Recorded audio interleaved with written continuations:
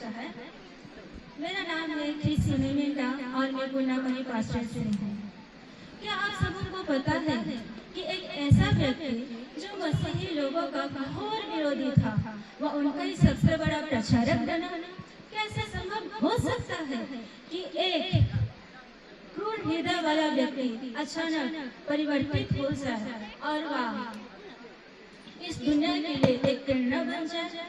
ये कहानी है प्रेरित पौलुस की, जो कभी साउल हुआ करता था। वह तरसुस का रहने वाला एक यहूदी व्यक्ति था, जिसके लिए मसीही लोग एक विद्रोह थे। उन्हें वह मारता पीटता और यही धुन में रहता था, और वह खुद नहीं जानता था कि वह एक मसीही पत्र बनने वाला है।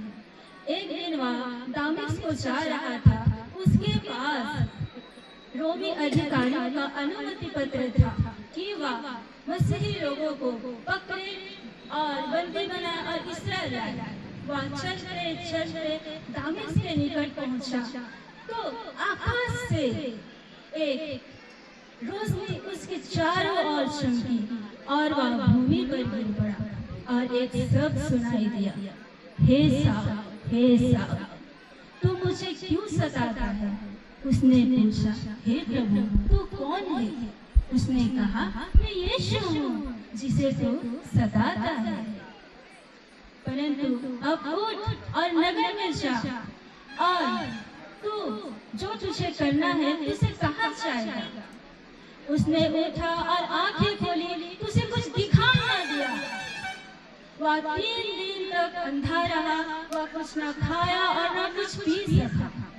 दामिश्क में हन्ना नाम का एक चेला था, जिसे प्रभु यीशु कहते हैं, तू जा और साउल को चंगा कर।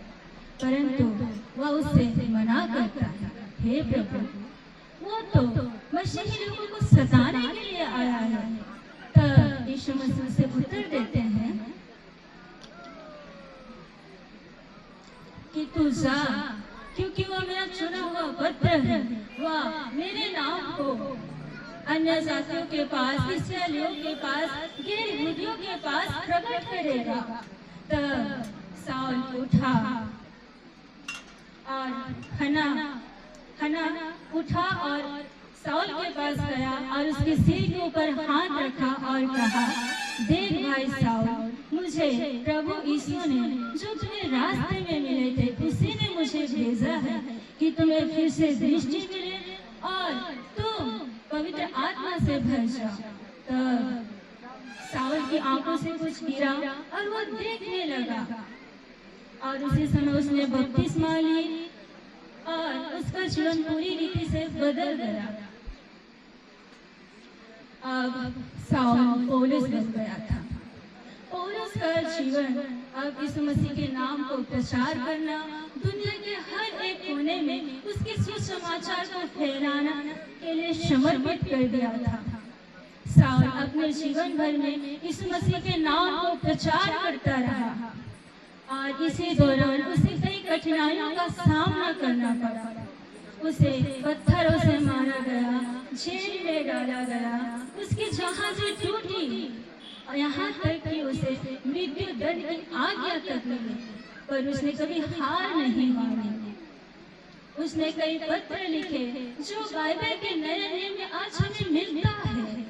उसने अपने जीवन के अंतिम शिक्षा में लिखा, मैंने अपनी लड़ाई लड़ी, मैंने अपनी दौड़ पूरी कर ली है, मैंने अपना विश्वास को थामे रखा। और प्रियो, पौलुस की कहानी से हमें यही शिक्षा मिलता है